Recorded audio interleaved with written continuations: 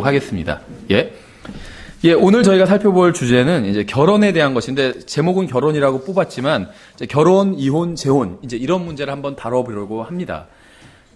그렇게 제목을 뽑으면 좀 쌍막해 보일까봐 그냥 결혼에 대해서만 이렇게 뽑았습니다. 여기서 성경이 결혼에 대해서 또 이혼, 재혼에 대해서 무엇이라고 말씀하시는지 좀 살펴보려고 합니다. 제가 최근에는 한 세 분 정도에게 질문을 받았어요.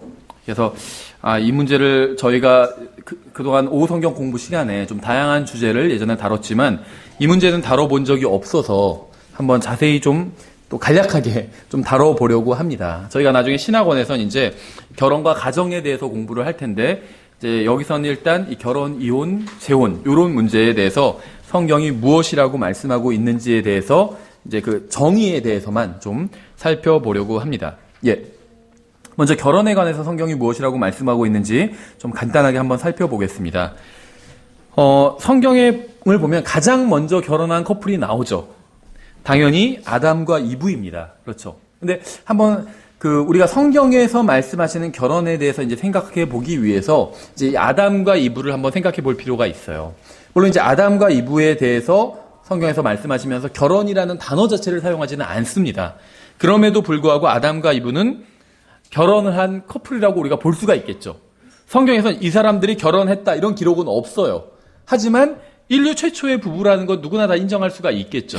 그래서 성경에는 첫 번째 언급의 법칙이라는 것이 있어요. 그래서 어떤 것이 처음 나오면, 어떤 단어가 사실 처음 나오면 그 단어가 처음 사용된 그 정의가 계속 성경에서도 뒤에서도 그대로 사용되는 것을 볼 수가 있습니다. 근데 물론 여기서는 이제 결혼이라는 말 자체는 나오지 않지만 이 결혼이라는 개념 자체가 등장하는 걸 볼 수가 있습니다. 그래서 아담과 이브는 분명히 하나님 앞에서 결혼한 부부라는 것은 우리가 다 알고 있고 인정할 수가 있습니다. 이걸 부인하는 사람은 아마 아무도 없을 거예요. 그렇죠. 또 하나님께서 보시기에도 아담과 이브는 이제 결혼한 부부였습니다. 그렇죠. 그래서 우리는 아담과 이브를 통해서 하나님께서 제시하신 성경적인 결혼관을 좀 한번 생각해 보려고 합니다. 여러분은 아담과 이브가 결혼한 부부라는 걸 우리가 아는데 어떻게 아세요? 이 사람들이 둘이 부부라는 걸?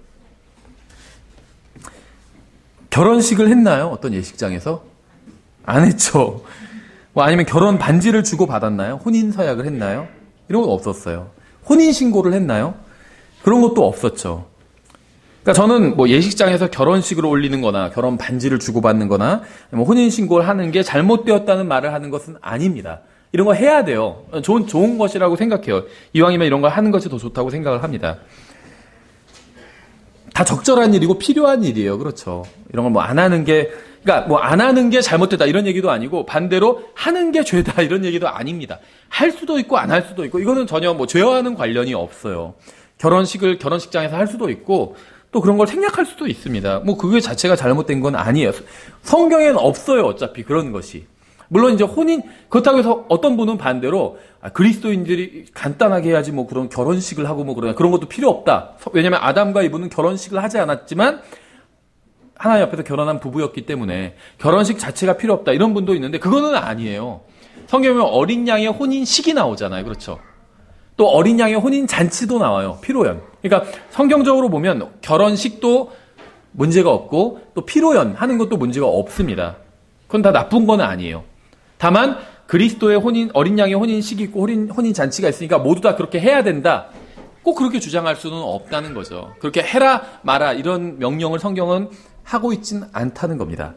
어쨌든 간에 우리가 이제 아담과 이브 경우를 본다면 아담과 이브는 혼인신고도 하지 않고 결혼식도 올리지 않았지만 그럼에도 불구하고 하나님 앞에서 분명히 부부였다는 겁니다.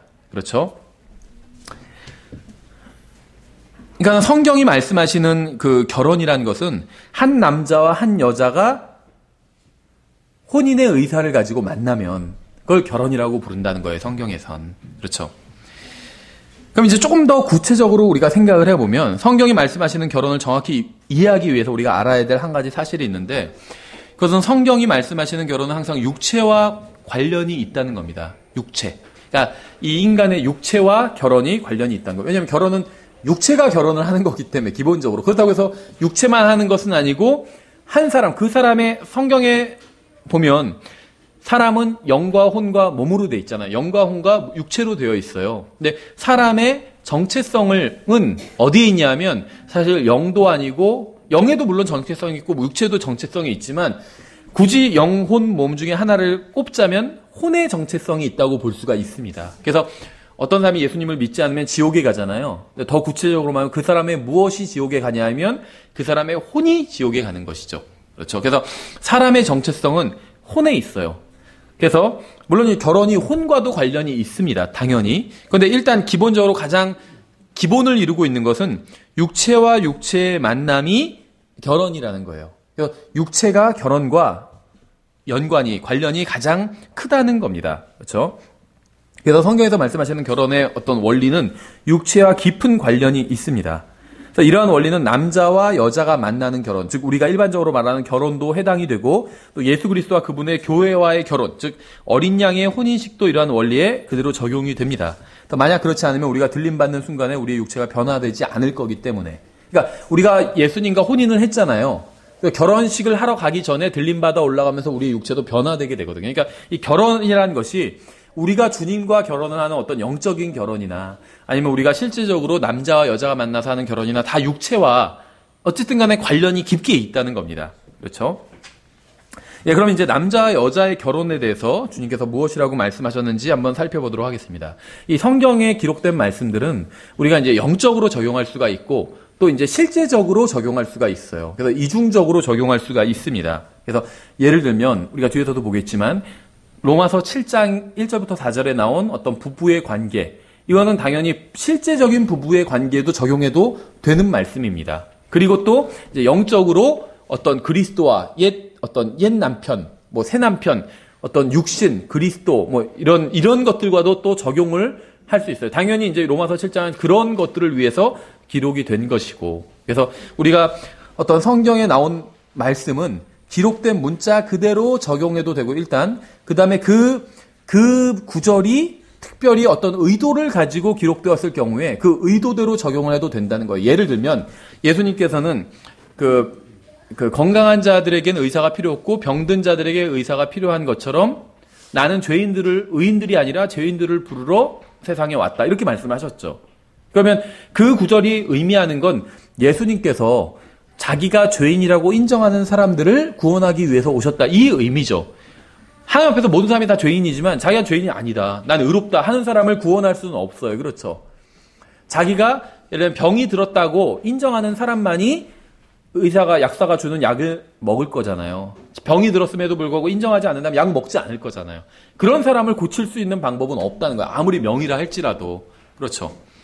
근데 이제 그 구절이 영적인 어떤 사람의 구원에 대해서, 혼의 구원에 대해서 말씀하고 있지만, 일반적으로 아픈 사람이, 예를 들면 실제적인 문제에 있어서 아픈 사람이 병원에 가도 되느냐, 이런 걸 갖고 고민하는 사람들도 있어요. 기도를 해야지 무슨 병원에 가냐, 아프면 기도를 해서 기도로 나아야지, 믿음이 있다면 기도로 나아야지 무슨 병원에 가냐, 병은 하나님께서 고쳐주시는 건데, 이렇게 생각하면서 병원에 가는 걸 금지하는 사람들도 있다는 거예요.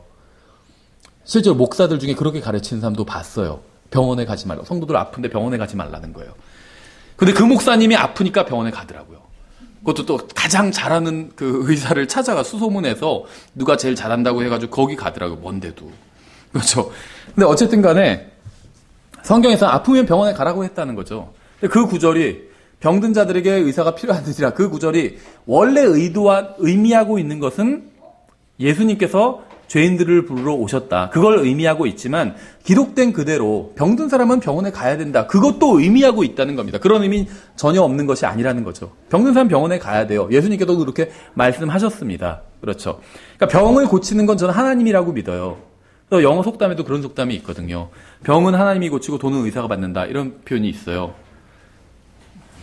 의사분들 가셨으니까 얘기를 해도 되죠. 예. 그런데 예, 그래도 얼마나 감사해요. 그렇죠. 어쨌거나 병은 하나님이 고치지만 하나님께서 그 의사를 통해서 고치시는 거죠. 그래서 병이 들면 당연히 의사한테 가야 돼요. 그럼 뭐 병 들면 기도를 먼저 해야 되나요? 병원에 먼저 와야 되나요? 이렇게 질문하시는 분들도 있는데, 가면서 기도하면 되잖아요. 가면서. 뭐가 문제인지를 모르겠어요. 병원에 아이가 아프면 아이 들쳐놓고 병원에 가면서 기도하면 되잖아요. 꼭 무릎 꿇고 먼저 앉아서 기도하고 그리고 가야 되는 거는 아니지 않나 싶어요. 그런 법이 어디 있어요. 가면서 걸으면서도 주니까 대화를 나눌 수 있는데. 그렇죠. 병원에 가면서 고쳐달라고, 아이가 왜 아픈지 모르겠다고 지금 도와달라고 기도하면서 병원에 아이 안고 가면 되는 거죠. 전혀 문제가 없다는 거죠. 그래서 성경의 어떤 그 특정한 진리를 가르치기 위해서 말씀을 하시면서 어떤 비유를 들어서, 그러니까 말씀하시는 경우들이 있어요. 그래서 로마서 7장 1절부터 4절 같은 경우엔 이제 결혼을 비유로 들어서, 혼인 관계를 비유로 들어서 말씀하시면서 이제 그리스도와 교회의 관계를 설명하고 있고, 에베소서도 마찬가지죠. 남자 여자 관계, 부부 관계를 얘기하면서 사실 이게 교회와 그리스도의 관계를 얘기하고 있는 거다, 이렇게 말씀하고 있잖아요. 그래서 그런 말씀은 교회와 그리스도에 대한 당연히 진리를 담고 있는 말씀인 건 당연하고, 두 번째로 우리가 그런 말씀을 통해서 실제 부부관계에 관한 교훈도 또 지침도 얻을 수 있다는 겁니다. 예, 그러면 남자 여자의 결혼에 대해서 예수님께서 무엇이라고 말씀하셨는지 한번 살펴보도록 할게요. 먼저 마태복음 19장입니다. 마태복음 19장 4절부터 6절에 제가 한번 읽어보겠습니다. 이렇게 되어 있어요. 그분께서 대답하여 그들에게 이르시되 처음에 그들을 만드신 분께서, 아담과 이브 말씀하시는 거죠. 그들을 남성과 여성으로 만드시고 말씀하시기를 이런 까닭에 남자가 아버지와 어머니를 떠나 자기 아내와 연합하여 그들 둘이 한 육체가 될지니라 하신 것을 너희가 읽지 못하였느냐. 그런즉 그들이 더 이상 둘이 아니요 한 육체이니 그러므로 하나님께서 짝지어 주신 것을 사람이 나누지 못할지니라 하시거늘. 굉장히 결혼, 혼인 관계에 있어서 굉장히 중요한 말씀인데요. 일단은 결혼이란 것은 남자나 여자도 마찬가지예요. 부모님을 떠나서 둘이, 남자 여자가 만나서 함께 사는 것입니다. 이제 이것이 이제 하나님께서 말씀하시는 결혼이에요. 근데 여기서 남자가 아버지와 어머니를 떠나 이렇게 말씀하고 있는데, 이거는 뭐 물리적으로 정신적으로 다 포함되는 얘기라고 보시면 됩니다. 물리적으로는 아버지 어머니 부모님을 떠났어요. 그런데 그러니까 집은 따로 집을 얻었는데 계속 연락해서 돈 붙여달라고 그러고, 예를 들면 아니면은 무슨 결정 내리는 거 있으면 다 부모님한테 물어봐요. 침대를 지금 방향을 어느 쪽으로 놔야 될까요? 막 전화해서 물어보고 이러면 떠난 게 아니에요. 그렇죠? 다 독립을 해야 됩니다. 그렇죠? 일단 그것에 대해서 말씀하고 있어요. 다만 예외는 있어요. 어떤 분은 이 말씀을 근거로 해서 부모님을 절대 모시면 안 된다. 그거는 성경에 어긋난다. 이렇게 가르치는 분들도 있어요. 전 당연히 한마디로 부모님을 모시고 일단 결혼해서 산다면 모시고 사는 게 아니라 독립해서 사는 게 일단 성경적이라고 믿습니다. 분명히. 근데 절대 모시면 안 된다, 이런 말씀은 아니라는 거예요. 부모님이 너무 연로하셔서 생활을 하실 수 없다면 좀 당연히 모셔야죠. 그렇죠. 이거는 예수님께서 십자가에 달리셨을 때 마지막으로 하신 말씀을 보통 뭐 가상칠언이다 이런 식으로 얘기하거든요. 십자가 위에서 하신 7가지 말씀 이렇게 해서. 근데 그 중에 하나가 마리아와 요한을 연결시켜 준 거잖아요. 당신의 아들이라고 그러고 요한한테 네 어머니라고 그러고, 마리아 요한을 서로 의붓 어떤 모자 관계를 맺어준 거거든요. 그래서 모시고 가서 살으라는 거예요. 그러니까 요한이 모시고 가서 살았다고 이렇게 기록하고 있죠. 그러니까 어머니를, 아마도 우리가 잘은 모르지만 아마도 요셉은 이미 죽었을 거예요. 그 시점에서 마리아만 남고 이제 예수님의 배다른 형제들, 그러니까 마리아의 자녀들이 있었겠죠. 근데 마리아의 자녀들을 봤을 때 예수님께서 믿음직스럽지가 못했던 거죠. 그래서 요한을, 자기가 정말 사랑하던 제자인 요한과 사랑하는 어머니를 연결시켜 준 거죠. 그래서 요한이 모시고 살았다고 성경은 기록하고 있어요. 그러니까 부모님을, 특히 어머니, 예를 들면 아버지, 이렇게 홀로 되셔서 연로하신 경우에 있어서 모시고 사는 게 죄다, 이렇게 잘못됐다, 비성경적이다 이렇게 말하는 거는 말이 되지 않죠. 충분히 그런 개념은 있습니다. 그리고 그래서 그 얘기는 거기까지 하고, 그래서 어쨌든 간에 하나님께서 남성과 여성으로 만드시고 이제 아버지 어머니를 떠나서 아내와 연합해서 이제 한 육체가 됐다고 말씀하고 있어요. 그래서 결혼은 기본적으로 육체에 관한 것입니다. 그러면서 무슨 말씀하시냐면 하나님께서 짝지어 준 것을 사람이 나누지 못할지니라 이렇게 말씀하고 있어요. 그러니까 모든 남자와 여자가 만나는 걸 하나님께서 다 주선해 주신 거다, 이런 의미는 아닙니다.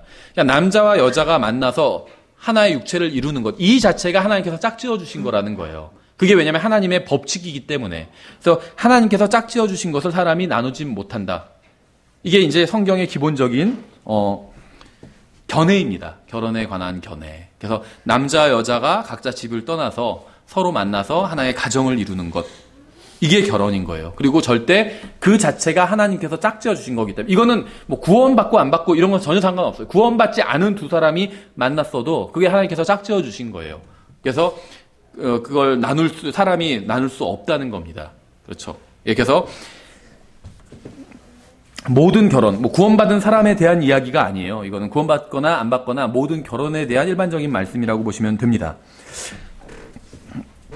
남자가 아버지와 어머니를 떠나 자기 아내와 연합하여 그들 둘이 한 육체가 될지니라. 그런즉 그들이 더 이상 둘이 아니요 한 육체이니, 이렇게 말씀하고 있죠. 여기서 이제 한 육체라고 말씀하신 부분에 한번 주목해 봐야 됩니다. 여기서 예수님은 남자와 여자의 결혼에 대해서 말씀하고 계시죠. 근데 주님은 결혼식이나 예식장, 신혼여행, 혼인신고, 결혼바지 이런 거에 대한 말씀을 하고 계시지 않다는 거예요. 그렇죠. 성경은 그런 게 잘못됐다는 게 아니라 그런 건 해도 되고 안 해도 된다는 겁니다. 본질적인 것이 아니라는 거예요. 그렇죠. 결혼식 올리고 혼인신고하고 결혼반지 교환하고 신혼여행 떠나는 일, 이게 잘못된 건 아닙니다. 그러한 일들은 필요해요. 하지만 그러한 일들이 결혼의 본질이 아니라는 거죠. 성경에서 말씀하시는 결혼의 본질은 한 육체와 한 육체가 만나서 결합하는 겁니다. 하나님께서 보실 때 그것이 결혼이라는 거예요. 아무런 증인도 없고 누가 반대한다고 하지도 않고 그래도 육체와 육체가 만나면 그게 결혼이라는 겁니다. 그렇죠? 그리고 그러한 결혼은 그 누구도 무효로 만들 수 없다는 거예요. 왜냐하면 하나님께서 인정하신 그 방법, 한 육체와 육체가 만나서 혼인의 의사를 가지고 만나서 동침하는 것, 그것이 결혼이기 때문에 그 제도 자체를 하나님께서 만드셨기 때문에 그걸 누구도 무효로 할 수 없다는 거예요. 하나님께서 그게 짝지어 주신 거기 때문에 그걸 사람이 함부로 나눌 수가 없다는 거예요. 사람이 근데 실제로 나누죠. 막 이혼도 막 하고. 근데 그거는 사람들이 그냥 그렇게 한 것이지 하나님께서 보실 때는 그것이 다 불법이라는 겁니다. 그렇죠. 여기서 육체와 육체의 만남은 굉장히 중요해요. 그래서 성경은 심지어 뭐라고 말씀하고 있냐면 고린도전서 6장 16절에서 도대체 무슨 말이냐? 창녀와 결합하는 자는 한 몸인 줄을 너희가 알지 못하느냐? 그분께서 이르시되 둘이 한 육체가 되리라, 지금 창세기 인용한 거죠. 하시느니라, 이렇게 말씀하고 있죠. 육체와 육체가 만나면 결혼이 됩니다. 이것이 성경에서 말씀하시는 이제 결혼의 가장 기본적인 원칙이에요. 개신교인들은 혼인신고를 하면 결혼한 것으로 생각하기도 하고, 카톨릭 교인들은 이제 성직자 앞에서 결혼식을 올려야 결혼한 것으로 생각을 합니다. 그런데 그러한 건 성경에 없는 것이고, 그러므로 성경적인 진리와 아무런 상관이 없는 이야기들이죠. 성경에서 말씀하시는 결혼은 육체와 육체가 만나 서로를 이제 아는 것이 결혼이라는 거예요. 근데 이제 서로를 안다는 게 이제 동침한다는 의미죠. 성경에선. 성경에서 말씀하시는 결혼은 육체와 육체가 만나 서로를 아는 것. 그래서 아마 누군가 이런 질문을 던질 수도 있겠죠. 그러면은 동침을 했는데 어떤 원하지 않는 동침인 경우에는 어떡하냐? 다른 말로 하면 강간을 당한 경우에 어떡하냐. 이건 육체와 육체가 만난 거잖아요. 이것도 육체와 육체가 만난 거니까 결혼이냐? 이렇게 질문을 할 수가 있겠죠. 근데 이 문제에 대해서 성경은 그 답을 주고 있어요. 신명기에 나와 있죠. 신명기 22장에 보시면 제가 그냥 한번 그 예외적인 경우도 한번 다 성경이 다루고 있다는 걸 보여주기 위해서 한번 찾아보는 거예요. 신명기 22장 23절부터 24절에 이렇게 되어 있어요. 처녀인 여자가 남편과 정혼한 뒤에 어떤 남자가 도시에서 그녀를 만나서 함께 누우면 너희는 그들을 둘 다 그 도시의 성문으로 끌어내고 돌로 쳐서 죽일지니 이는 그 처녀가 도시에 있으면서도 소리 지르지 아니하였기 때문이요 또 그 남자가 자기 이웃의 아내를 비천하게 하였기 때문이라. 너는 이같이 너희 가운데서 악을 제거할지니라. 이렇게 말씀하고 있어요. 이게 참 그 사람들이 생각하는 결혼과 그 성경에서 말씀하시는 결혼이 좀 다른 점이 있는데 바로 이제 이런 부분이 다른 점입니다. 무엇이냐면 여기서 분명히 처녀라고 그랬어요. 그렇죠. 근데 처녀인 여자가 남편과 정혼한 뒤에라고 했습니다. 정혼했다는 게 결혼하기로 약속한 거죠. 아직 결혼은 안 했죠. 결혼하기로 약속한 거예요. 성경에선 결혼하기로 약속한 사이도 이미 부부다 이렇게 말씀하고 있어요. 그래서 제가 그 가장 기본적인 원리가 육체와 육체가 만나는 게 결혼이다 이렇게 말씀드렸지만 이거면 모든 게 다 결혼이다 이거는 아니에요. 그렇죠. 어떤 사람이 창녀와 동침했다고 해서 결혼한 건 아니잖아요. 결혼의 의사가 있어야 된다는 거예요. 이게 일반 법에서도 혼인의 의사가 굉장히 중요하거든요. 마찬가지예요. 성경에서도 혼인의 의사가 있어야 됩니다. 그런데 여기서 지금 신명기 22장 23절에서 말씀하시는 건 아직 동침하지 않았어요. 정혼을 했거든요. 근데 뭐라고 부르냐면 남편과 정혼했다고 얘기해요. 남자와 정혼했다 이렇게 얘기하지 않고 남편과 정혼했다고 그러고 또 여기서도 자기 이웃의 아내를 비천하게 여겼다는 거예요. 이 사람이 아직 결혼하지 않은 여자를 강간했는데 그거를 그냥 처녀를 비천하게 여겼다 이렇게 성경 표현하고 있지 않고 이웃의 아내라고 표현하고 있어요. 그러니까 성경은 뭐냐면 정혼한 사이라도 남편과 아내라고 부르고 있다는 겁니다. 그렇죠. 이런 예는 성경에서 또 나와요. 예를 들면 요셉과 마리아가 정혼한 사이였죠. 천사가 나타나서 뭐라고 그러죠? 네 정혼한 아내 마리아 데려오기를 두려워하지 말라. 이렇게 얘기해요. 정혼한 사이도 남편과 아내라고 본다는 겁니다. 그렇죠? 근데 이게요, 그 생소한 개념은 아니에요. 동양이나 서양이나 불과 100년 전만 해도 정혼한 사이면 남편과 아내로 봤습니다. 지금은 그렇게 보지 않죠. 결혼식하고 심지어 혼인신고해야 부부다 이렇게 보죠. 근데 과거에는 동양이나 서양이나 다 정혼한 사이는 아내로 봤어요. 근데 왜 그러냐면 이제 성경에서도 그렇게 보고 있기 때문에 정혼한 사이를 아내로 본다는 겁니다. 자, 뭐 몇 번 말씀드렸지만 이게 왜 중요한지 아세요? 이게 영적으로는 우리에게 굉장히 큰 그 교훈을 줘요. 우리는 주님과 아직 어린 양의 혼인식을 올리진 않았죠. 어린 양의 혼인식은 공중에서 우리가 들림받아 올라가면 아마도 그리스도의 심판석이 먼저 있고 그 다음에 어린 양의 혼인식이 일어나게 될 겁니다. 그리고 지상에서 이제 어린 양의 혼인 잔치가 벌어지게 될 거예요. 그렇죠. 예수님께서 재림하시고, 그러니까 어린 양의 혼인식은 재림 전이고, 휴거 후 재림 전이고, 어린 양의 혼인 잔치는 재림 이후라고 보시면 돼요. 그래서 혼인식과 혼인 잔치는 서로 다르거든요. 그런데 우리는 어린 양의 혼인식을 아직 치르지 않았어요. 근데 성경에서 우리를 아내라고 부르고 있다는 거죠. 정혼한 아내. 그렇죠. 그러니까 우리가 인간적으로 생각할 때 결혼을 아직 안 했으니까 예수님과 부부는 아니다 이렇게 생각하잖아요.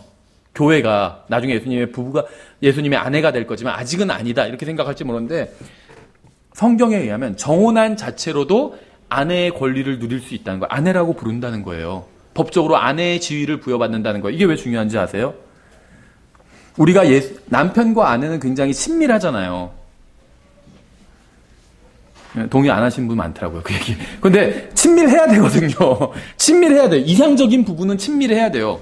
자기 경우 생각하지 말고 그냥 이상적인 부부는 친밀해야 됩니다.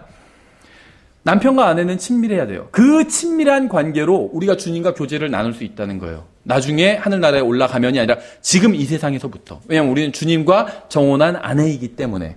그렇죠. 그래서 어쨌거나 성경에서는 정혼한 사이도 아내라고 부르고 있습니다. 그런데 여기서는 약혼한 여자가 다른 남자에게 강간을 당했을 경우에 대해서 성경적으로 어떻게 처리해야 되는지 말씀하고 있는 거죠. 근데 여기서는 얼핏 보면 강간을 당한 것 같아요. 그렇죠. 근데 여기서는 강간을 당했다는 말이 없어요. 어떻게 말하고 있냐면 처녀인 여자가 남편과 정혼한 뒤에 어떤 남자가 도시에서 그녀를 만나 함께 누우면 너희는 그들을 둘 다 그 도시의 성문으로 끌어내서 돌로 쳐서 죽일지. 강간한 사람과 강간당한 피해자를 죽여라 이런 말씀이 아닙니다. 도시에서요 결혼하기로 정해진 자기 남편이 있어요. 근데 다른 남자를 만난 거예요. 간음을 한 거예요. 간음을. 그러니까 간음한 경우엔 남자와 여자를 둘 다 돌로 치라고 말씀하고 있는 거예요. 이건 강간이 아니에요. 이 신명기 22장 23절 24절은 강간이 아닙니다. 간음이에요. 그래서 간음한 경우엔 돌로 쳐라. 둘 다 돌로 쳐라. 절대 성경은 강간당한 피해자를 죽여라 이렇게 말씀하고 있지 않아요. 그 다음은 피해자인데 왜 피해자를 죽여요? 그 강간범을 죽이라고 말씀하고 있지. 근데 여기서는 지금 강간이 아니라는 거예요. 이거는 지금 동의하에 동심한 겁니다. 그렇죠? 근데 뒤에 나와요, 이제 경우가. 25절. 그러나 만일 남자가 들에서 어떤 정혼한 처녀를 만나서 강제로 여기 강제라고 나오죠. 앞에 강제란 말이 없죠. 강제로, 이게 강간이죠. 강제로 그녀와 함께 누웠거든 그녀와 함께 누운 남자만 죽일 것이요. 이게 강간이죠. 강제로 함께 누웠으니까. 그런 경우에 강간범, 남자만 죽이라고 분명히 말씀하고 있죠. 처녀에게는 아무것도 행하지 말지니 그 처녀에게는 죽음에 해당하는 죄가 없느니라. 그렇죠. 그 일에 있어서는 없다는 거예요. 이 일은 마치 사람이 자기 이웃을 치려고 일어나서 그를 죽인 경우와 같으니라. 강간당한 건 뭐냐면 내가 길을 걷고 있는데 누가 뒤에서 벽돌로 내 머리를 내려친 거나 마찬가지라는 거예요. 그렇죠. 강간당한 사람 죄가 없다는 겁니다. 성경 분명히 말씀하고 있죠. 남자가 들에서 처녀를 만났으므로 그 정혼한 처녀가 소리를 질러도 그녀를 구원할 자가 없었으리라. 그렇죠. 여자가 반항을 안 했는데 그건 의미가 없다는 거예요. 구원할 자가 없는데 반항을 해봤자 의미가 없기 때문에 반항을 안 한 거죠. 그래서 반항의 유무가 중요하지 않다는 거예요. 여기서는 사실은. 아무도 도와줄 사람이 없었기 때문에. 그래서 이번 경우는 위의 것과는 좀 다르죠. 그 다음에 이제 28절에 만일 어떤 남자가 정혼하지 아니한 처녀를 만나서 이제 이거는 결혼한 사람이 아닌 거죠. 결혼 약속을 하지 않은 처녀예요. 그녀를 붙들고 함께 누웠는데 그들이 발견되거든 그녀와 함께 누운 남자는 그 처녀의 아버지에게 은 50세겔을 주고 그 처녀를 아내로 삼을 것이니라. 그가 그 처녀를 비천하게 하였은즉 평생토록 그녀를 버리지 못하리라. 그러니까 남의 아내가 아닌 여자와 동침을 했을 때는 그 여자와 결혼해야 된다는 거예요. 그렇죠. 그러니까 제가 이 얘기를 하는 건 뭐 강간이나 뭐 이런 이게 과연 합리적인가 지금 이런 얘기를 하는 것이 아니라 성경에서 말씀하시는 육체와 육체의 결합이 결혼이다라는 걸 보여주기 위해서 제가 이 구절을 인용한 겁니다. 지금 뭐 이게 지금 현대 대한민국에도 적용된다. 그리스도인들이 다 이 법을 따라야 된다. 지금 이런 말씀은 아닙니다. 그렇죠. 이건 유대인들에게 주신 율법이에요. 우리는 그리스도인들이 이 말씀을 따를 필요가 없습니다. 그렇죠. 누구한테 강간당하면 그 사람이랑 결혼해야 된다. 지금 그런 거를 전 가르치는 것이 아닙니다. 이건 그냥 과거에 이스라엘 율법으로 이런 율법을 주셨고 이 말씀을 통해서 우리가 알 수 있는 건 뭐냐면 육체와 육체의 결합이 결혼이라고 성경은 말씀하고 있다는 거죠. 다른 남자와 결혼하지 않은 처녀가 어떤 남자로부터 강간을 당했을 때 하나님께서 어떤 판결을 내리실까요? 결혼일까요? 아닐까요? 하나님의 대답은 어떻게 말씀하고 있냐면 그 처녀를 아내로 삼을 것이니라 이렇게 말씀하고 있어요. 혼인신고, 예식장, 신혼여행, 결혼 반지도 없지만 그래도 결혼한 것이라는 거예요. 그 처녀를 아내로 삼을 것이냐. 왜냐하면 육체와 육체가 만났기 때문에. 이게 지금 저는 합리적이다 이런 얘기가 아니라 이게 하나님의 기본적인 관점이라는 거예요. 육체와 육체가 만나면 그것이 결혼이다라고 이게 하나님의 기본적인 관점이라는 겁니다. 그렇죠? 뭐 우리 법에서는 강간을 사형에 해당하는 범죄로 여기지 않죠. 오히려 너무 약하죠. 강간이나 막 특히 미성년자 강간이나 이런 게 너무 약해요. 형량이 너무 약해요. 그렇죠. 그런데 이제 구약 성경의 율법을 우리 지금 그리스도인들에게 적용할 수도 없죠. 당연히. 만약 구약 성경의 율법을 오늘날 우리 그리스도인들에게 적용시킨다면 이건 뭐 강간범과 그 피해자를 결혼시켜야 되는 거죠. 이건 말이 되지 않는 거예요. 그래서 제가 위에 구절들을 말씀드린 이유는 율법이 우리 그리스도인들에게 적용돼야 한다는 의도로 그런 것이 절대 아니고 이건 결혼에 대한 성경의 원칙이 무엇인지 보여주고 있기 때문에 육체와 육체의 만남이 결혼이다. 이걸 보여주고 있기 때문에 제가 인용을 한 겁니다. 그렇죠? 그래서 성경에서 말씀하시는 결혼은 육체와 육체의 만남입니다. 하나님께서 그 이하도 그 이상도 보지 않으신다는 거예요. 이게 기본적인 전제라는 겁니다. 두 번째, 그럼 이제 성경은 이혼에 관해서 무엇이라고 말씀하시는지 좀 살펴보겠습니다. 먼저 우리가 분명히 할 것은 성경은 이혼을 지지하지는 않는다는 거예요. 이걸 아셔야 돼요. 분명히. 그리스도인이건 아니건 간에 성경은 그 누구도 그 어떠한 이유가 있다 할지라도 그 어떤 종류의 이혼도 지지하지는 않습니다. 다만 그렇다고 해서 예외가 없다 이런 얘기는 아니에요. 예외는 있어요. 근데 기본적인 입장이 지지하는 것은 아니라는 겁니다. 이걸 기억하셔야 돼요. 그러니까 우리는 인간이기 때문에 문제의 해결책으로 너무나도 쉽게 이혼을 제시합니다. 물론 신약 성경에는 이혼에 대한 지침이 있어요. 하지만 그러한 지침이 이혼을 지지하는 것은 결코 아니라는 겁니다. 그렇다면 왜 이제 그러한 지침이 있는 걸까요? 성경을 좀 살펴보면 이유를 알 수 있어요. 신명기 24장을 더 보면 남자가 아내를 취하여 그녀와 결혼한 뒤에 그녀에게 부정함이 있음을 발견하였으므로 그녀가 그의 눈에 은총을 얻지 못하거든 그는 이혼 증서를 써서 그녀의 손에 주고 그녀를 자기 집에서 내보낼 것이요 그 여자는 그의 집을 떠나 다른 사람의 아내가 될 수 있느니라. 그런데 나중에 남편도 그녀를 미워하여 이혼 증서를 써서 그녀의 손에 주고 그녀를 자기 집에서 내보냈거나 혹은 그녀를 아내로 취한 나중에 남편이 죽었으면 그 여자가 자기 몸을 더럽힌 이후에 그녀를 내보낸 먼저 남편이 그녀를 다시 아내로 취하지 말지니 그 일은 주 앞에 가증한 것이니라. 너는 주 내 하나님께서 내게 상속 재산으로 주시는 땅으로 죄를 짓지 못하게 할지니라. 이게 무슨 말씀일까요? 이건 이제 구약의 율법 아래 있는 이스라엘 백성들에게 주신 이혼에 관한 말씀이죠. 이게 이제 신약의 그리스도인들에게도 다 해당된다 그런 얘기는 아니에요. 그냥 하나님께서 유대인들에게 주신 이혼에 관한 말씀인데 한번 이 원리를 한번 우리가 보자는 겁니다. 원리를.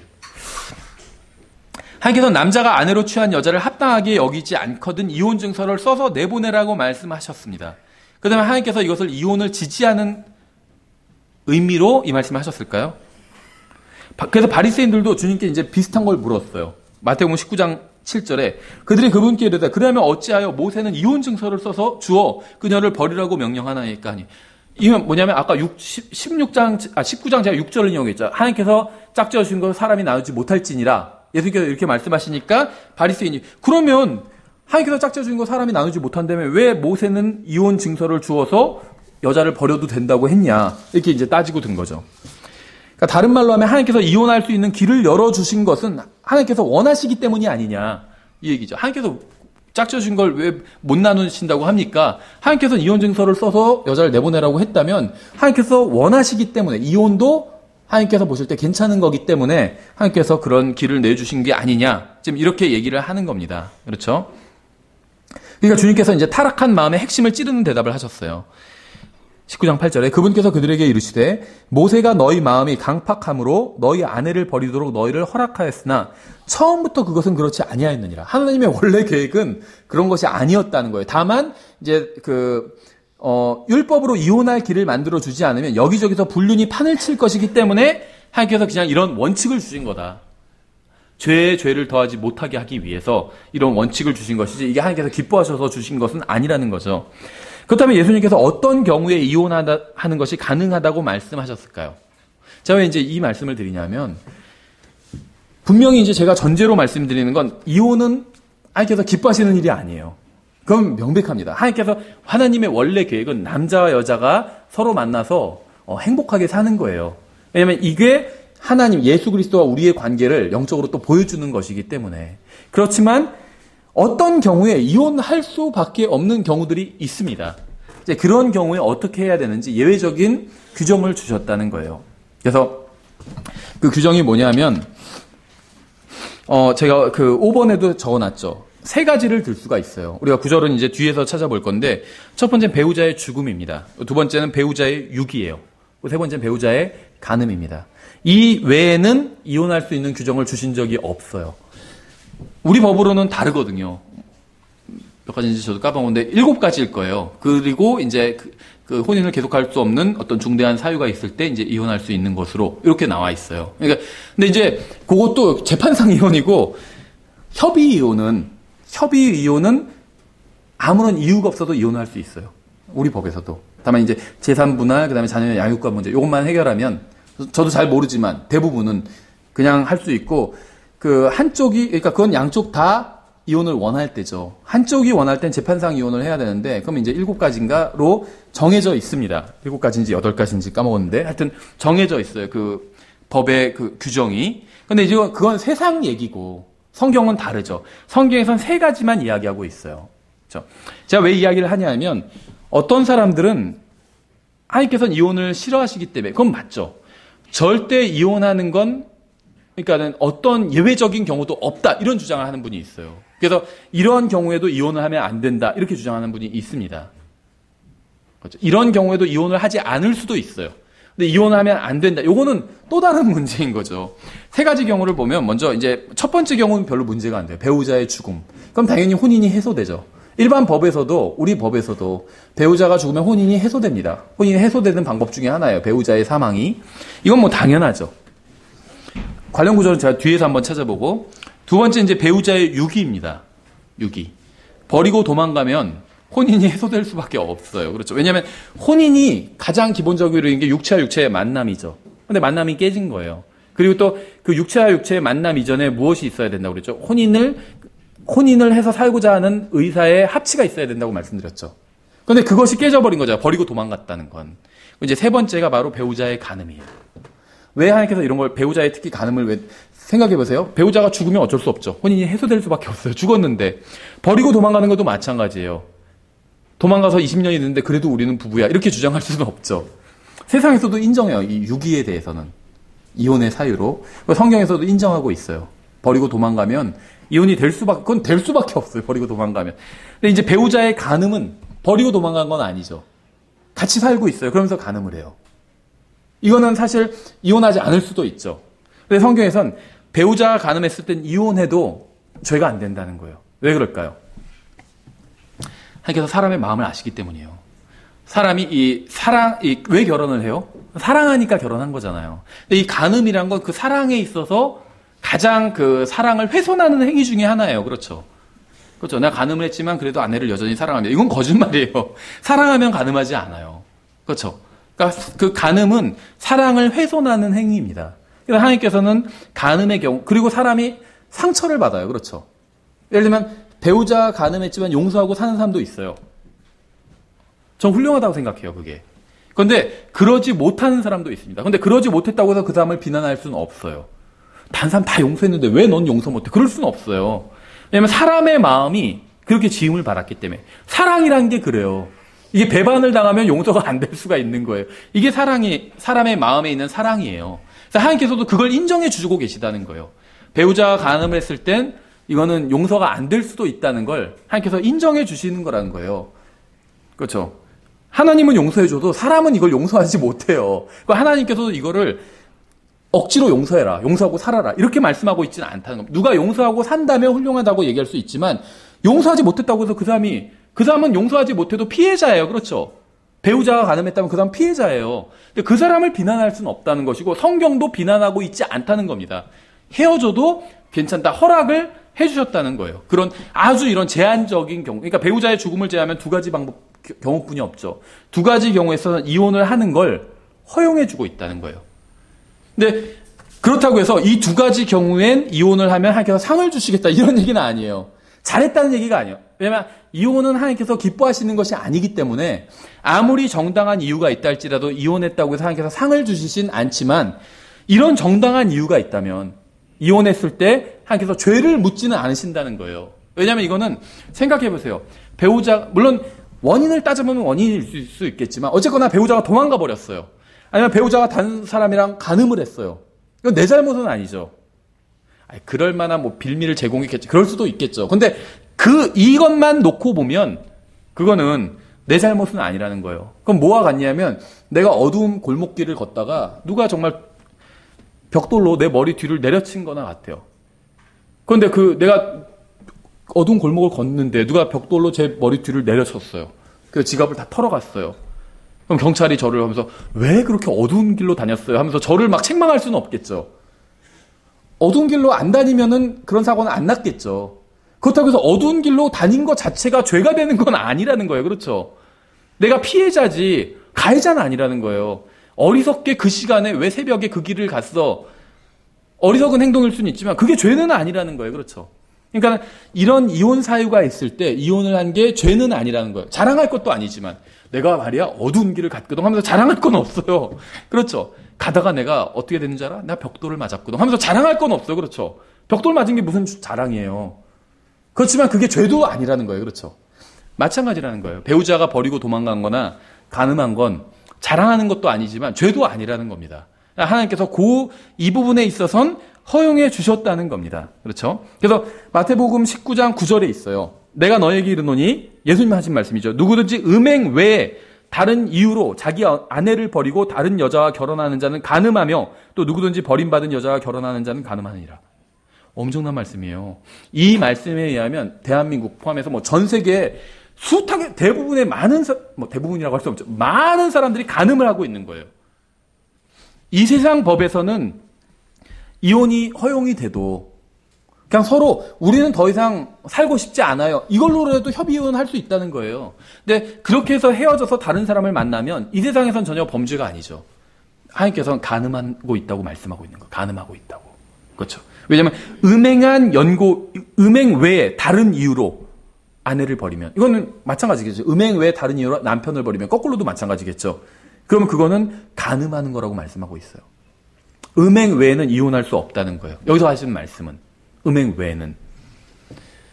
근데 음행 외에도 다른 이유로 이혼 많이 하잖아요. 그건 다 간음이라는 거예요. 하나님께서 보실 때. 그렇죠? 엄청난 말씀인 거죠.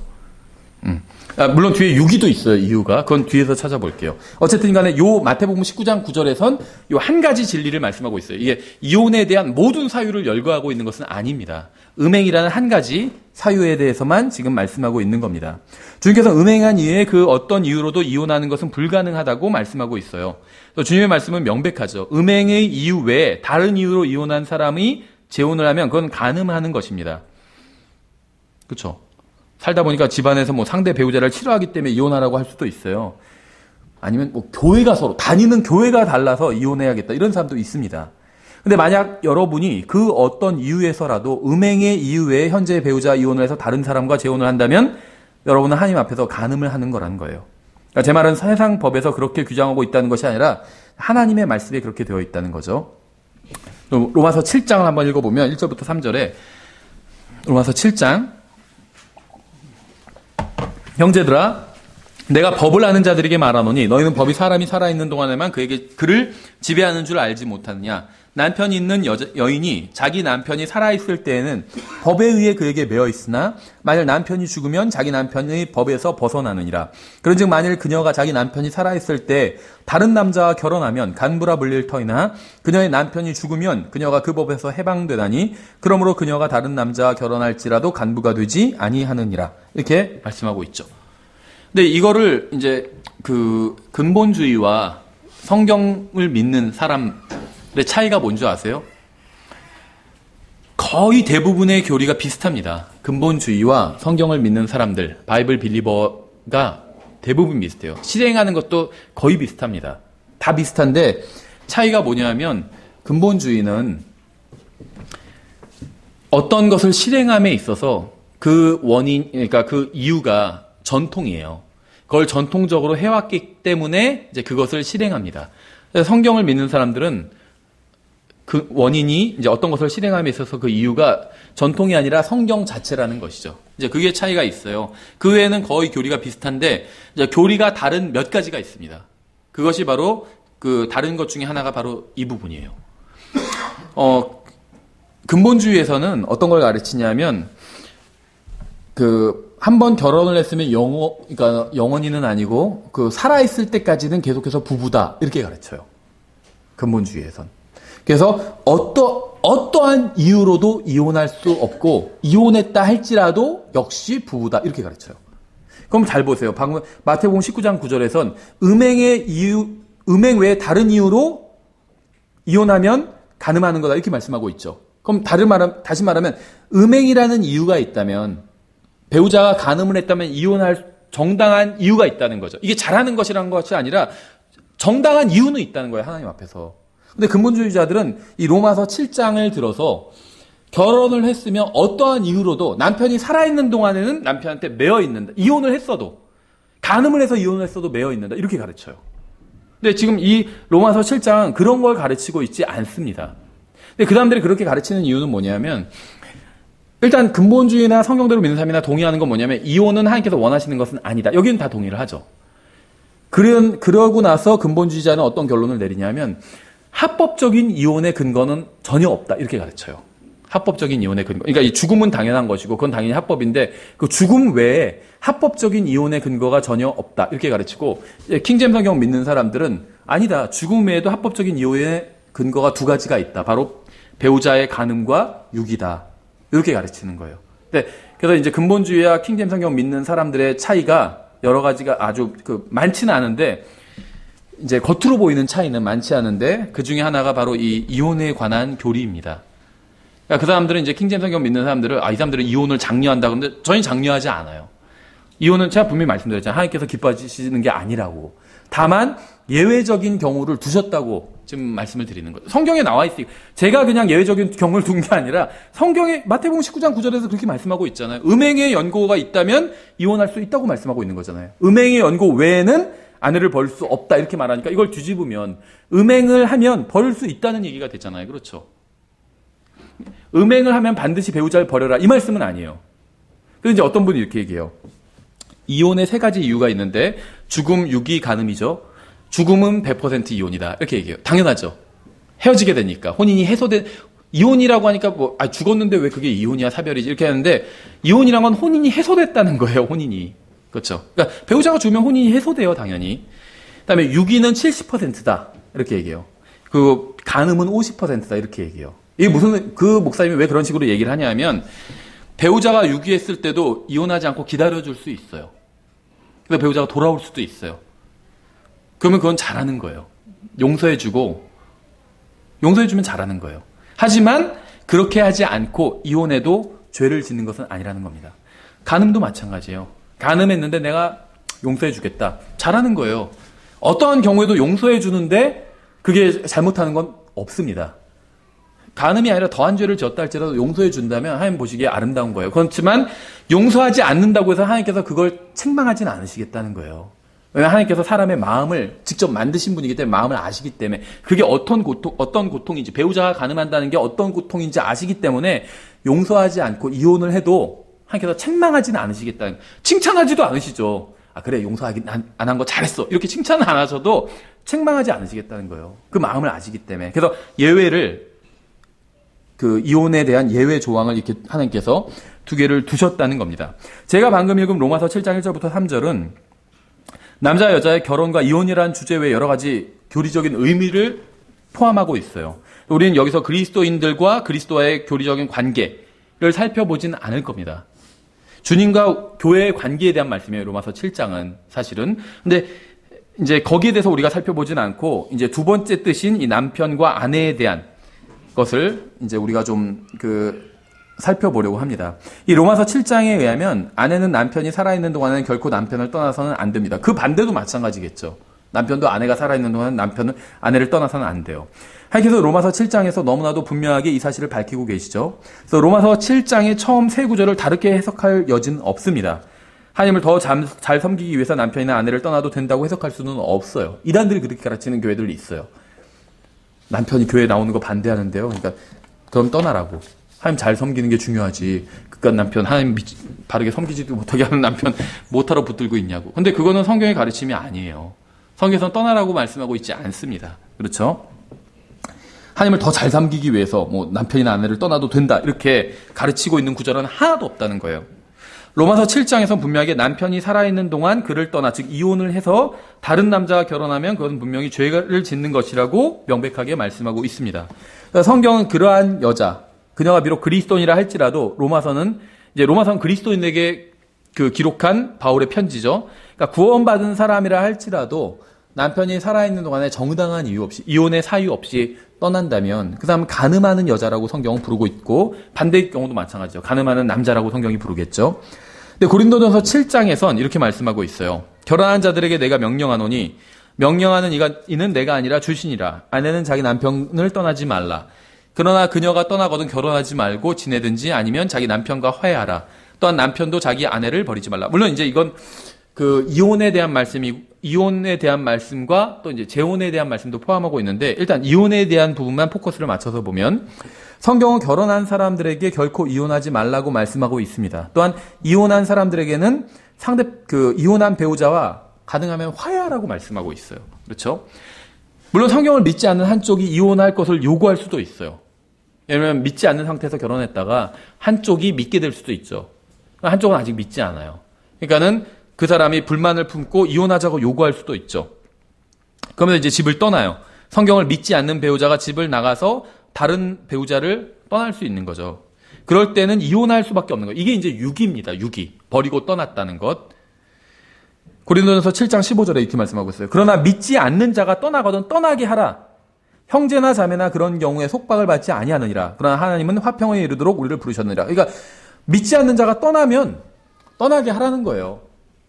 이혼 사유가 된다는 거죠. 믿지 않는 사람이 떠났어요. 당신과 같이 살고 싶지 않다고. 하나님의 말씀을 믿지 않는 사람이 그렇게 주장하면서 난 떠나겠다 해요. 그러면요, 어쩔 수 없다는 거예요. 그냥 떠나게 하라는 거예요. 그러니까 유기도 이혼 사유가 된다는 거예요. 아까 마태복음 19장 9절에서 배우자의 음행, 간음이 이혼 사유가 된다고 그랬죠. 여기서는 지금 고린도전서 7장에서는 15절에서 유기도 이혼 사유가 된다는 거예요. 떠나고자 하는 사람 떠나게 하라고 그랬잖아요. 떠나게 하지 말라 이렇게 말씀하고 있지 않아요. 절대 떠나게 해서는 안 된다 이렇게 말씀하고 있지 않다는 거죠. 떠나고자 한다면 떠나게 하라는 거예요. 잡아둘 수가 없기 때문에. 근데 먼저 떠나진 말라는 거예요. 남편이 예를 들면 안 믿는다고 해서 아내가 남편이 하나님 안 믿는 사람이니까 내가 이혼해야겠다고 먼저 떠나지 말라는 거예요. 근데 남편이 반대로 난 당신이 교회 다니고 하는데 내가 도저히 그 꼴을 못 보겠다. 이혼하고 싶다. 그럼 하라는 거예요. 지금 그 말씀이잖아요. 떠나고자 하면 떠나라고. 그렇죠. 형제나 자매나 그런 경우에 속박을 받지 않는데요. 꼭 믿지 않는 사람이 떠나고자 하는데 당신이랑 떠나면 안 돼. 로마서 7장 1절부터 3절을 보니까 남편이 살아있는 동안 아내는 떠날 수가 없어. 그래서 막 붙들어 매라고 그렇게 말씀하고 있지 않아요. 속박을 받지 않는다고 말씀하고 있죠. 분명히. 그렇죠. 그러니까 이 근본주의자들의 교리가 얼마나 잘못되는지 성경 통해서 충분히 알 수가 있죠. 성경에서는 떠나고자 하면 떠나라. 왜냐하면 실제적으로 떠나게 할 수밖에 없어요. 이미 도망가 버렸는데 그걸 어떤 식으로 잡아와요. 잡아와서 무슨 소용이 있어요. 세상 법에서도 인정하지 않거든요. 혼인이 이미 파탄 났다고 봐요. 그거는. 잡아둘 수가 어떻게 해요. 그 다음 잡아놓고 부인을 집에 잡아놓고 문 잠고 있을까요? 그럴 수가 없잖아요. 떠나고자 하면 떠나게 둘 수밖에 없어요. 실행적으로도. 그래서 성경에선 그런 일로 속박받지 말라는 거예요. 떠나고자 하면 떠나게 두라는 겁니다. 이게 이혼을 장려하는 게 아니죠. 상대 배우자가 도망갔으면 어쩔 수 없다는 거예요. 그렇죠. 길 가다가 주먹으로 맞았어요, 깡패한테. 그럼 그건 어쩔 수 없는 거예요. 그렇죠. 그 얘기를 하고 있는 거예요. 그런데 다음 구절을 보면 여기서도 하나님께서 가장 기뻐하시는 게 무엇인지 나오죠. 그러나 이 말씀 다음에 이어지는 구절 한번 보세요. 오 아내여 내가 남편을 구원할지 어찌 알 수 있으리요. 오 남자여 내가 내 아내를 구원할지 어찌 알 수 있으리요. 그러니까 이게 지금 남녀 관계가 뒤바꿔서도 적용될 수 있다는 거죠. 배우자가 유기, 버리고 도망갔거나 간음했을 때 즉각 이혼하지 않고 기다려주고 용서한다면 그건 더 하나님 앞에서 보기 좋다는 거예요. 그렇죠. 구원할지 어찌 알 수 있으려 그러잖아요. 그렇죠. 그런데 유기나 간음을 했을 때 이혼을 해도 그게 하나님께서 기뻐하신다는 게 아니라 죄는 아니라는 겁니다. 죄는 어쩔 수 없는 일이기 때문에. 그래서 다시 말씀드리면 하나님께서는 이혼을 미워하십니다. 제가 이렇게 가르친다고 해요. 이혼에 합법적인 이혼 사유가 있다. 성경에 보면 이렇게 제가 가르친다고 해서 이혼을 장려하는 게 절대 아닙니다. 그냥 사실을 말씀드리는 거예요. 하나님께서는 이혼을 미워하십니다. 하지만 합법적인 이혼 사유는 분명히 있어요. 성경에. 그래서 주님께서는 이혼에 대해서 성경에 명백하게 기록해 두셨습니다. 이혼에 대한 하나님의 말씀을 한 구절로 요약하면 마태복음 19장 6절에 대한 거라고 볼 수가 있죠. 그런즉 그들이 더 이상 둘이 아니요 한 육체이니 그러므로 하나님께서 짝지어 주신 것을 사람이 나누지 못할지니라. 이게 원칙이에요. 다만 예외적인 조항이 있는 거죠. 모든 법엔 예외가 있어요. 그래서 예외적인 조항이 바로 유기와 간음에 대한 말씀이라고 보면 됩니다. 그래서 상대방이 나를 버리고 떠나갔다. 그럼 내가 이혼을 하고 다른 사람과 결혼해도 그게 죄를 짓는 것은 아니라는 거예요. 상대방이 다른 사람과 간음을 했어요. 그럼 내가 이혼을 하고 다시 다른 사람과 재혼을 해도 나는 죄를 짓는 것이 아닙니다. 근데 그 사람은 죄를 진 거예요. 간음을 하고 떠나간, 나를 버리고 떠나간 그 사람은 다른 사람과 결혼을 하면 죄를 지은 겁니다. 근데 나는 죄를 지은 것이 아니라는 거예요. 세상에서도 이걸 유책 배우자라고 그래요. 혼인이 파탄을 이르게 되는 데 있어서 양쪽 다 잘못이 있겠죠. 한쪽만 잘못하고 이런 경우는 거의 없는데 양쪽 다 잘못을 했지만 결정적인 잘못을 한 사람이 있죠. 이걸 이제 유책 배우자라고 그래요. 책임이 있는, 이혼에 대한 책임이 있는 배우자. 근데 그러니까 한마디로 말하면 성경적인 관점에서 봤을 때 간음을 하거나 남편이나 아내를 버리고 도망간 사람이 유책 배우자죠. 유책 배우자는 다른 사람과 결혼하면 간음을 한 거라고 성경 말씀하고 있어요. 근데 유책 배우자가 아닌 쪽은 이혼하고 나서 다른 사람과 결혼해도 그것이 죄를 짓는 것이 아니라고 말씀하고 있다는 거죠. 그러니까 성경적인 정당한 이혼 사유라는 겁니다. 이 성경적인 정당한 이혼 사유대로 이혼했기 때문에 상급을 받는다. 이런 건 절대 아니에요. 하지만 책망을 받지도 않는다는 겁니다. 그 다음에 이제 재혼에 대해서 간단하게 살펴보면 성경 이혼에 대해서 준엄하게 경고하고 있습니다. 분명히. 그러나 믿지 않는 한쪽의 배우자가 혹은 믿는 배우자라 할지라도 떠나버린다면 버림받은 사람은 재혼할 수 있다는 거예요. 그렇죠. 당연히. 이혼한 그리스도인들에게 성경이 무엇이라고 말씀하시는지 먼저 살펴보면 물론 여기서는 이제 배우자를 떠난 그리스도인, 즉 법적으로 유책 배우자에 대해서 말씀하고 있는 거예요. 그러나 그녀가 떠나거든 결혼하지 말고 지내든지 이렇게 말씀하고 있죠. 위에서도 살펴본 구절이요. 성경은 어떠한 이유로든지 만약 이혼을 하게 되면 평생 독신으로 지낼 것을 권고하고 있습니다. 일단은. 근데 만약 여러분이 어떠한 이유로든지 배우자를 떠나서 이혼을 하게 된다면 여러분은 독신으로 지내야 된다는 거예요. 이게 성경의 가르침입니다. 그러니까 여러분의 잘못으로 배우자를 떠났거나 이혼을 하게 됐다면 독신으로 지내야 된다는 거예요. 여러분이 배우자를 버렸거나 간음을 해서 이혼을 하게 됐다면 독신으로 지내야 된다는 거예요. 이혼할 것을 결심했다면 하나님의 뜻을 거스려 죄를 짓는 겁니다. 만약 누군가 한 번 죄를 지을 것을 각오하고 이혼을 할 것을 결심하고 실행에 옮긴다면 이젠 독신으로 지내야 된다는 거예요. 그게 성경의 가르침이에요. 그러나 그녀가 떠나거든 결혼하지 말고 지내든지 이렇게 말씀하고 있잖아요. 그런데 만약 여러분이 독신으로 살지 못하겠다면 어떻게 해야 될까요? 성경은 무엇이라고 말씀하고 있을까요? 고린도전서 7장 11절에 나와요. 그러나 그녀가 떠나거든 결혼하지 말고 지내든지 아니면 자기 남편과 화해하라. 또한 남편도 자기 아내를 버리지 말라. 이렇게 말씀하고 있죠. 화해하라는 거예요. 화해하라는 것. 내가 잘못을 해서 이혼이 됐어요. 내가 배우자를 버리고 도망갔던지 아니면 내가 간음을 했던지. 그러면은 성경에선 혼자 살으라는 거예요. 근데 혼자 살 수가 없어요. 다시 결혼하고 싶어. 그러면 전 남편, 전 아내에게로 돌아가서 화해하라는 거예요. 이게 성경의 가르침이에요. 그렇죠? 왜냐하면 내가 잘못이 있기 때문에 이 법에 매여 있는 거예요. 그렇죠? 만약 여러분이 이러한 성경의 가르침을 무시하고 남편이나 아내가 살아있는 동안에 다른 사람과 결혼하게 되면 이제 이때 로마서 7장 1절부터 14절이 적용되는 겁니다. 그러면 하나님께서는 여러분을 간음하는 여인이나 간음하는 남자로 부르신다는 겁니다. 물론 여러분의 주위에서는 여러분을 그렇게 부르지 않을지도 모르죠. 그런데 여러분이 이 죄 문제를 해결하지 않으면 하나님께서는 여러분을 간음한 사람이라고 부르신다는 거예요. 그렇다면 이제 이혼을 당한 사람, 그러니까 유책 배우자가 아닌 사람이 재혼하는 것이 가능한가에 대해서 살펴보면 배우자가 자신을 떠나서 이혼을 당한 사람이 있을 겁니다. 그 사람은 재혼할 수 있을까요? 그 사람도 재혼을 하면 가늠한 것이 될까요? 그렇지는 않다는 거예요. 그러나 믿지 않는 자가 떠나거든 떠나게 하라. 형제나 자매나 그런 경우에 속박을 받지 아니하느니라. 그러나 하나님은 화평에 이르도록 우리를 부르셨느니라. 이 말씀은 그리스도인인 배우자에게도 해당이 됩니다. 한쪽이 어떤 이유로 인해서건 간에 다른 한쪽 배우자를 떠났다면 버림을 받은 그 배우자는 이혼에 있어서는 죄를 지은 것이 아니라는 거예요. 아까 제가 예를 드린 것처럼 어두운 밤길을 가다가 돌에 맞은 것 뿐이에요. 그럼 돌에 맞은 게 자랑은 아니지만 죄도 아니라는 거죠. 그렇죠? 나의 잘못이 아닌 배우자의 잘못으로 이혼을 하게 됐다면 그렇다는 겁니다. 7장 27절 내가 아내에게 매여 있느냐 벗어나려 하지 말라. 내가 아내에게 놓여 있느냐 아내를 구하지 말라. 그러나 내가 장가를 가도 죄를 짓지 아니하였으며 처녀가 시집을 가도 죄를 짓지 아니하였을 때 그럼에도 불구하고 그런 자들에게는 육신 안에 고난이 있으리라. 오직 나는 너희를 아끼노라. 이게 이제 사실 재혼에 대한 말씀이에요. 간단하게 저희가 시간이 없으니까 다 살펴보지는 않는데 정리를 하면 무슨 얘기냐 하면 성경에선 처녀와 총각이 초혼인 경우에 처음 결혼하는 경우에 결혼을 장려합니다. 결혼을 하라고. 이게 하나님의 처음의 의도였어요. 근데 이제 재혼의 경우에 있어서는 사도 바울이 결혼하지 말고 자기처럼 지내라고 이렇게 권고를 해요. 그래서 어떤 목사님은 사도 바울이 아마도 결혼을 한번 했을 것이다 이렇게 생각을 합니다. 근데 배우자가 죽었거나 아니면은 이혼을 당했거나 이렇게 보는 분도 있어요. 성경에는 없지만. 왜냐면 지금 재혼에 해당되는 사람들에게 바울이 권면하면서 그러니까 바울이 처녀 총각한테 너희 결혼하지 말라 이런 권면을 하는 게 아니에요. 결혼하라고 그랬어요. 그건 하나님의 의도기 때문에 처녀 총각은 결혼해야 돼요. 그런데 여기서 말하는 건 뭐냐면 재혼하는 사람들 그러니까 정당한 이유로 이혼을 했어요.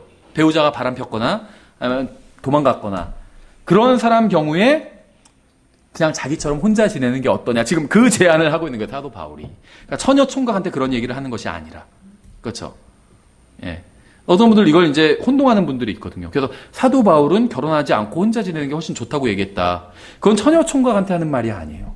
이 재혼 커플한테 하는 말. 재혼하는. 그런데 뭐라고 하냐면 그렇다고 해서 한번 그러니까 이혼한 사람이 재혼하지 말고 가능하면 나처럼 혼자 지내라 이렇게 얘기를 하지만 그렇다고 해서 장가가도 죄를 짓는 건 아니라고 얘기하고 있어요. 다시 결혼해도 죄를 짓는 건 아니란 거예요. 그러니까 정당한 이혼 사유를 가지고 있는 사람은 다시 결혼을 해도 죄를 짓는 건 아니지만 그냥 나처럼 혼자 지내는 게 어떻겠냐 권면을 하고 있다는 거죠. 그렇죠? 그걸 잘 구분하셔야 돼요. 다시 말하면 그러니까는 유책 배우자가 아닌 사람, 피해자죠. 버림을 받거나 아니면 배우자가 다른 사람이랑 간음을 한 경우에 있어서는 재혼을 해도 죄를 짓는 건 아닙니다. 분명히 재혼할 수 있어요. 하지만 성경에서는 뭐라고 말하냐면 사도 바울은 그냥 자기처럼 혼자 지내는 게 더 낫다 이렇게 권고를 하고 있을 뿐이에요. 권고를. 하지만 장가를 가도 죄를 짓지 아니하였으며 분명히 그렇게 얘기하고 있잖아요. 결혼해도 죄는 아니라는 겁니다. 그렇죠?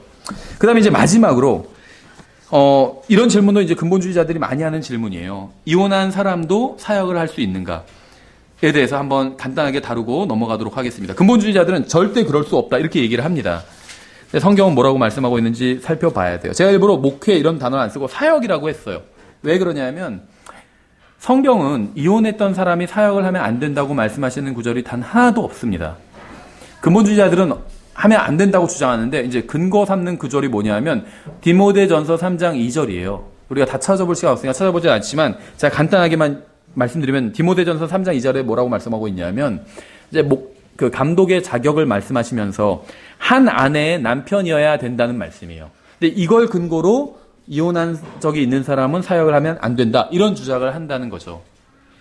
근데 한 아내의 남편이라는 성경 구절은 말 그대로 한 아내가 한 명인 남자라는 의미예요. 그렇죠. 아내가 한 명인 남자. 왜 이런 말씀을 하고 있냐면 지금도 그렇지만 지금도 첩 있는 사람들도 있고 그래요. 근데 뭐 지금은 덜 하죠. 근데 과거 2000년 전에는 아내가 한 명이 아니라 여러 명을 두는 사람들도 있었습니다. 그래서 고린도전서에도 나오죠. 자기 아버지의 부인과 동침을 했다 이런 얘기가 나와요. 어머니와 동침했다 이렇게 말하고 있는 것이 아니라 아버지의 부인과 동침했대요. 누굴까요? 첩이에요. 아버지의 부인. 첩을 말하고 있는 거예요. 그래서 성경에선 그런 사람은 감독이나 장로가 될 수 없다 이렇게 말하고 있는 거예요. 왜냐하면 하나님의 원래 계획은 한 남자와 한 여자가 만나서 가정을 이루는 게 하나님의 원래 계획이기 때문에 그런 사람은 교회를 다스릴 수 없다 이렇게 얘기하는 거고 반드시 교회를 인도할 사람은 한 아내가 한 명만 있어야 된다. 그 얘기를 하고 있다는 겁니다. 근데 이걸 근본주의자를 어떻게 해석하냐면 한 번 결혼했던 남자 이렇게 해석해요. 이건 서로 다르죠. 왜 그렇게 해석하는지 아세요? 자기들의 전통이 그렇게 가르치기 때문이에요. 성경 그렇게 말씀하고 있지 않다는 거예요. 한 아내의 남편이라고 했어요. 현재 아내가 한 명 있어야 돼요. 반드시. 없어서도 안 되고 아내가 현재 한 명 있어야 됩니다. 이런 사람만이 교회를 인도할 수 있다. 이렇게 말씀하고 있다는 거죠. 왜 제 말이 맞냐면 근본주의자들이 만약에 한 아내의 남편이란 말을 한 번만 결혼했던 남자라고 해석한다면 이것이 한 번만 결혼했던 남자이기 때문에 이혼했던 사람은 이제 사역을 할 수 없다. 이렇게 주장을 한다면 이 디모데전서 3장에선 감독의 자격 조건을 16가지를 말씀하고 있어요. 한 아내의 남편이란 말씀은 그 중에 16가지 중에 하나거든요. 만약 누군가가 그 한 조건으로 인해서 사역을 하지 못한다고 주장한다면 저는 이렇게 묻고 싶어요. 그렇다면 다른 조건들도 동일한 효력을 발휘하는 것인가? 그렇죠. 즉 한 아내의 남편이라는 조건에 걸려서 목회를 할 수 없다면 3절에서 오직 인내하며 이 조건은 어떨까요? 사역을 하다가 어느 한순간이라도 인내하지 못한다면 그 사람 사역을 즉시 그만둬야 되느냐? 아니면 2절에서 손님 대접하기를 힘쓰며 이렇게 말씀하고 있어요. 손님을 잘 대접하지 못하면 사역할 수 없는 것일까요? 3절에서 말다툼하지 아니하면 어떨까요? 단 한 번이라도 말다툼하게 되면 바로 사역을 그만둬야 될까요? 그건 아니겠죠. 그러면 16가지 조건 중에 요 한 가지 조건을 자기들이 변형해서 주장하는 건 성경적으로 부합하지 않는다는 거죠. 그래서 디모데전서 3장에 제시된 목사의 자격은 이상적인 것입니다. 그래서 이 세상에 그 누구도 16가지 항목 두루 겸비한 사람이 없죠. 그래서 그런 사람은 과거에도 없었고 지금도 없었고 앞으로도 없을 겁니다. 그런 분은 오직 예수 그리스도밖에 없어요. 그렇죠. 그래서 이혼한 사람이 사역을 할 수 있는가 문제를 해결하기 위해서 한 가지 사실을 더 다룬다면 제가 왜 사역이라고 강조하냐면 이혼을 했건 안 했건 뭐 어쨌건 간에 모든 사람은 다 사역을 해야 돼요. 모든 사람들이 다 목회를 해야 된다. 그 얘기는 아니에요. 모든 사람이 다 사역을 해야 됩니다. 그렇죠. 하나님을 섬기는 일이 사역이잖아요. 모든 사람이 다 하나님을 섬기는 일을 해야 돼요. 구원받은 모든 사람이. 그렇죠. 어떤 죄를 지었다고 해서 그 일을 그만두면 안 된다는 겁니다. 하나님을 섬기는 사역. 물론 이제 목회는 좀 다르겠죠.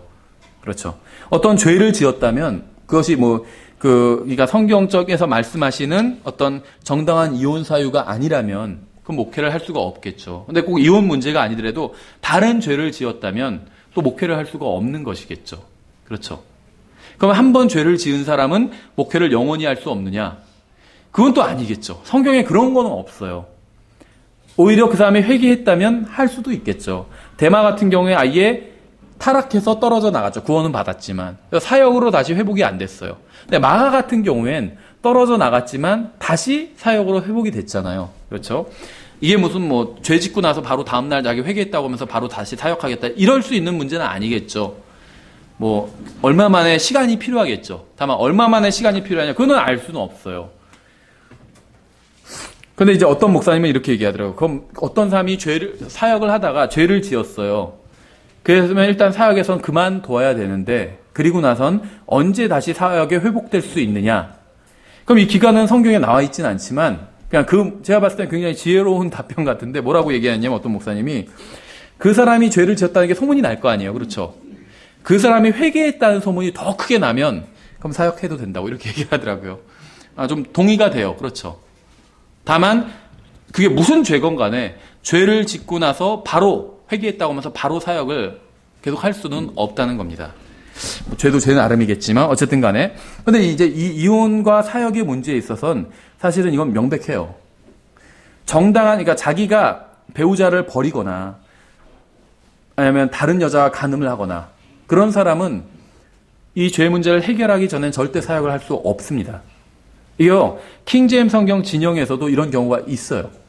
제가 누구라고 말씀드릴 수는 없지만 심지어 번역돼서 그분 책까지 나서 미국 그 영미권의 목사님인데 다른 여자랑 눈 맞아서 도망갔어요.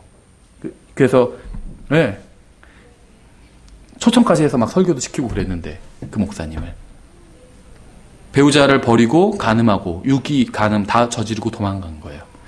그 사람 지금 뭐 하고 사는지는 모르겠지만 사역하면 안 돼요. 그 사람은. 그렇죠. 사역에서도 그만뒀어요. 일단 그 교회에서도 당연히 그 사람을 그만두게 했습니다. 그럴 수밖에 없죠, 당연히. 도망갔을 게 교회도 버리고 도망갔어요. 아내도 버리고 교회도 버리고 도망갔어요. 당연히 사역할 수 없겠죠. 하지만 예를 들면 배우자가 목사가 사역을 하고 있는데 배우자 아내가 자매가 다른 남자랑 눈 맞아서 도망갔어요. 그런 경우에 목사가 사역을 그만둬야 될까요? 그건 아니죠. 사역을 해야 된다는 거예요. 그런 경우에. 왜 그러냐면 성경에 예가 나와요. 가장 좋은 예가. 바로 하나님이에요. 예레미야 3장 8절에 나오죠. 이렇게 돼 있어요.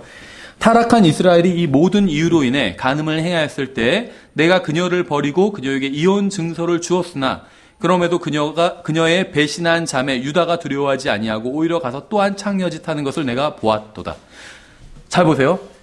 하나님은 이스라엘과 부부관계였어요. 그렇죠. 구약 성경에 보면. 근데 이스라엘이 간음을 했대요. 그래서 하나님께서 어떻게 하셨죠?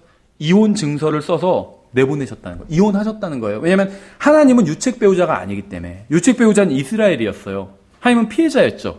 그래서 이혼을 했지만 하나님이 이혼했지만 이 이혼은 정당한 이혼이었어요. 그렇죠. 왜냐하면 배우자인 이스라엘이 간음한 것이었기 때문에.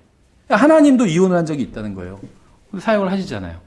그렇죠. 물론 나중에 다시 이스라엘과 재혼하실 거지만 이스라엘과 어쨌든 간에 과거에 이스라엘의 간음으로 인해서 하나님께서는 이스라엘과 이혼을 하셨다는 겁니다. 성경에 명백하게 나와 있어요. 그렇죠.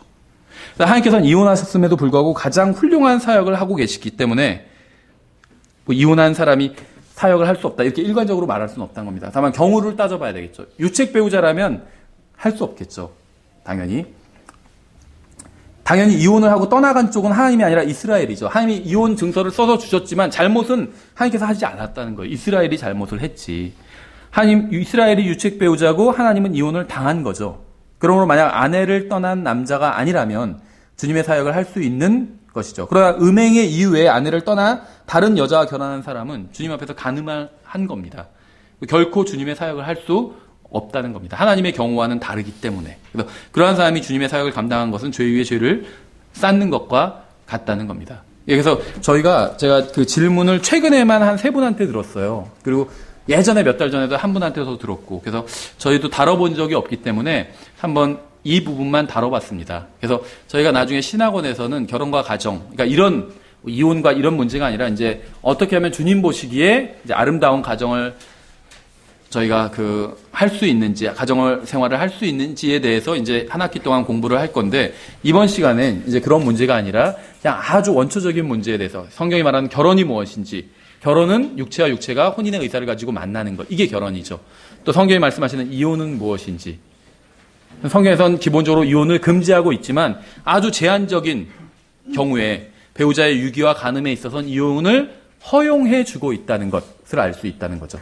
또 재혼에 있어서는 자기가 잘못을 한 사람, 유책 배우자는 성경에선 재혼을 할 수 없다는 거예요. 재혼하고자 한다면 전 남편이나 전 아내에게로 돌아가야 된다는 것.